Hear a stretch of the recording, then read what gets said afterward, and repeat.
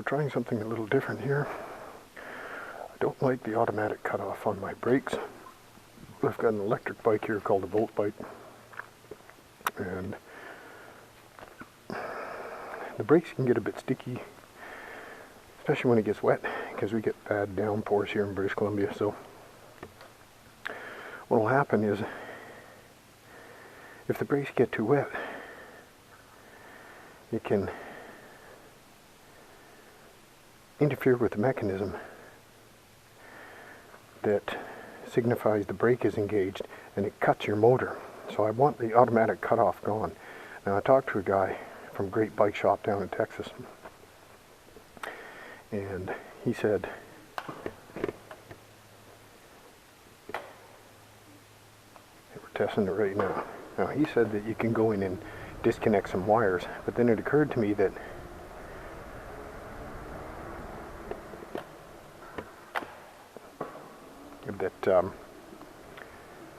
these brake sensors operate by magnet, and so what I did was I took a magnet and I ran it along the housing for the brake sensor mechanism, or the brake sensors. Not really a mechanism. Well, it is. There's a mechanism, and wow, it looks like it's working. So what I did was I ran the magnet along it, and you can see the magnet, or the engagement icon for the brake will go on and off depending on where the magnet is. So if you place the magnet and adhere it to the housing where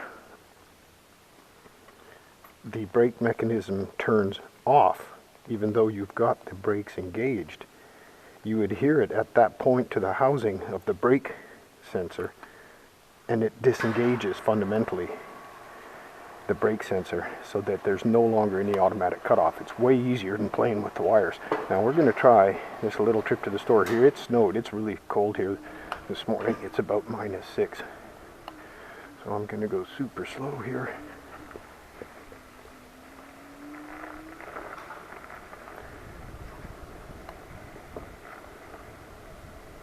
Got to be super careful here so that I don't fucking do a face plant here. It's British Columbia here, Coquitlam. It's I just decided for the sake of work to take on actually a very late shift. And the reason I did it is because I picked up this electric bike to commute, so commuting is a lot easier. And what do I get? I get a dump of snow. Now it's not very deep, it's only about 1 inch deep, but it's supposed to remain freezing here for quite a few days. Actually, grips pretty good. These tires grip pretty good. I'm just testing it here with some braking. Oh, it's actually gripping really good. I might be able to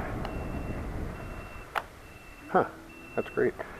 So this, using the magnets on this brake sensor, is just fantastic. It eliminates having to go in there and play with the wires, because a lot of these electric bike companies, your warranty is void if you go in there and you play with the wires at all.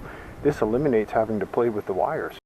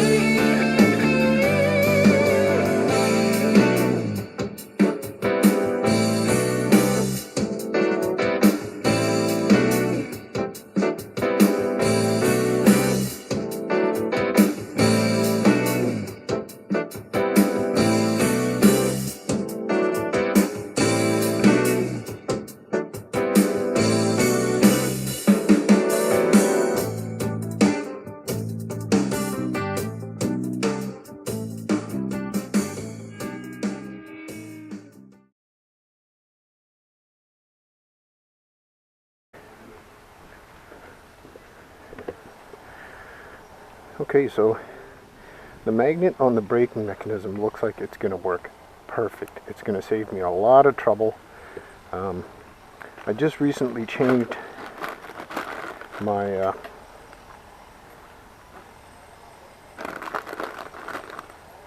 brake caliper pads, and I'm going to roam around on some snowy streets just to see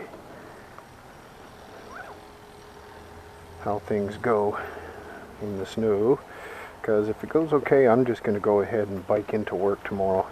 It's just that here in British Columbia there is a lot of hills, a lot of steep hills, steep hills, and I'm not exaggerating. Not a lot of flat areas here in BC. You're trapped between the Rocky Mountains and the coastal mountain range, so not a lot of prairie territory here in old British Columbia. But anyway, this magnetic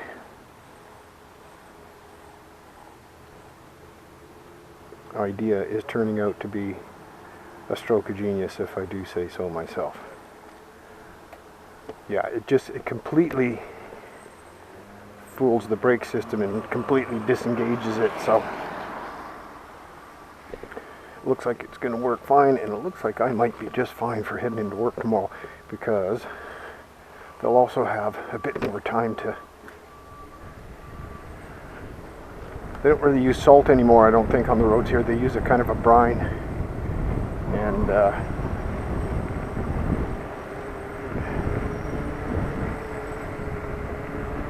I'm going to roam up and down a few of the back lanes where there hasn't been any salt or brine.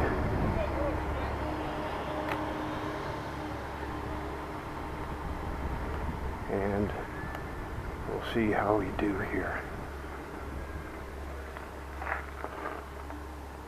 So we're going to test out some braking just to see what happens here. Oh wow, man. It grips fantastic. It's like there's no snow. How the hell does that work? I mean, snow is made of ice, right?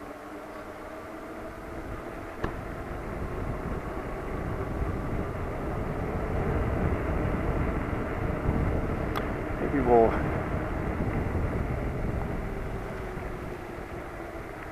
What is it?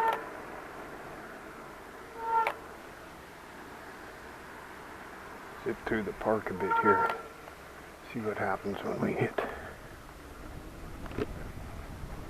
some grass here.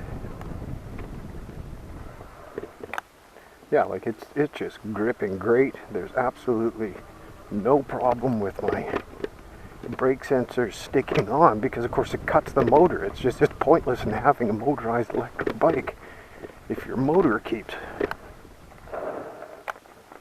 Yeah, this is great. It's the traction is just fantastic here. There's just a little bit of slipping on the front wheel there, but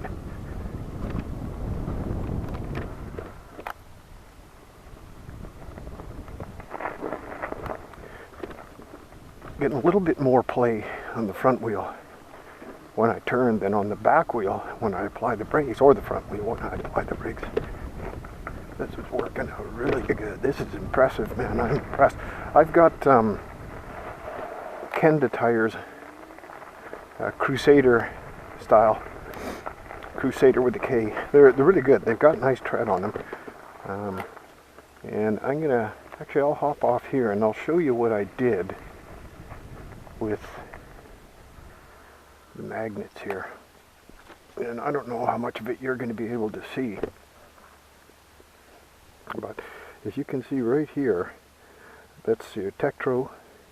The brake sensor mechanism is back on the back side here.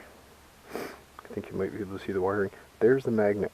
So what I did was I slid the magnet back and forth on that brake sensor. And what you'll see is there's a sweet spot. And on either side of the sweet spot, even though you don't have the brakes engaged, the icon for brake being engaged will come on. Well, that'll automatically cut off the motor. But between those two extremities, there's a sweet spot where even if you have the brakes on, the brake icon won't come on, so the system thinks that the brake is not engaged. So that automatically gets rid of the cutoff. so that even if your brakes are a bit faulty, it won't cut the motor off. And I don't know, I mean, I don't know why they feel that on electric bikes you seem to need to have a cutoff switch just because you've got the motor engaged. Do they have that on motorcycles? I'm pretty sure they don't have it on cars. You know, you just don't apply the goddamn brakes when you're moving. It's pretty straightforward. You know, but that's how it is when you're in a nanny state. So,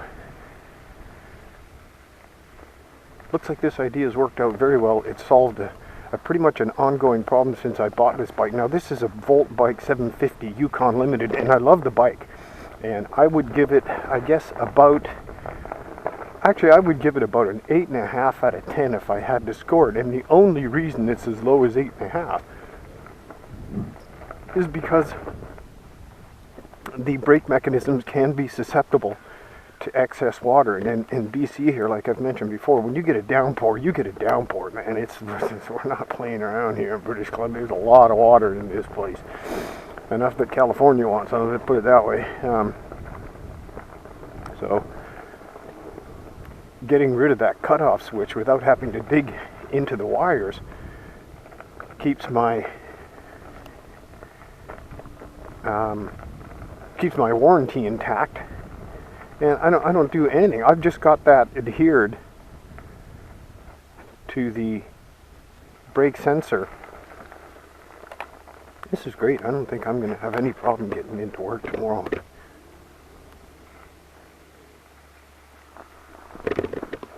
Ooh.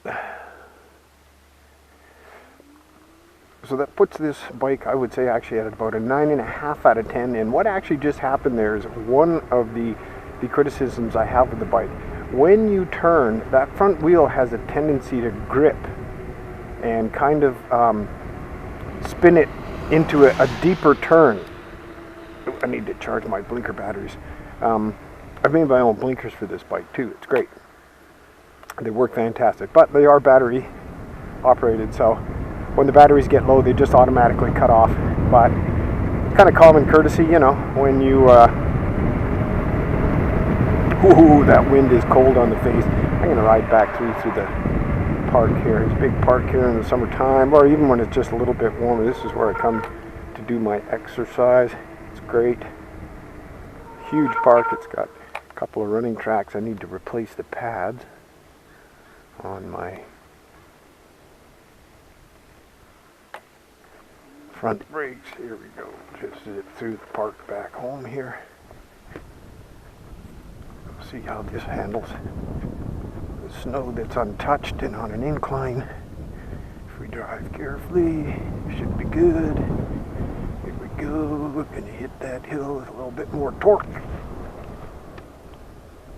Perfection. Look at that. You can feel the front wheel just slipping just the slightest bit. Look at that. Come to a complete stop though. No problem. Just no problem.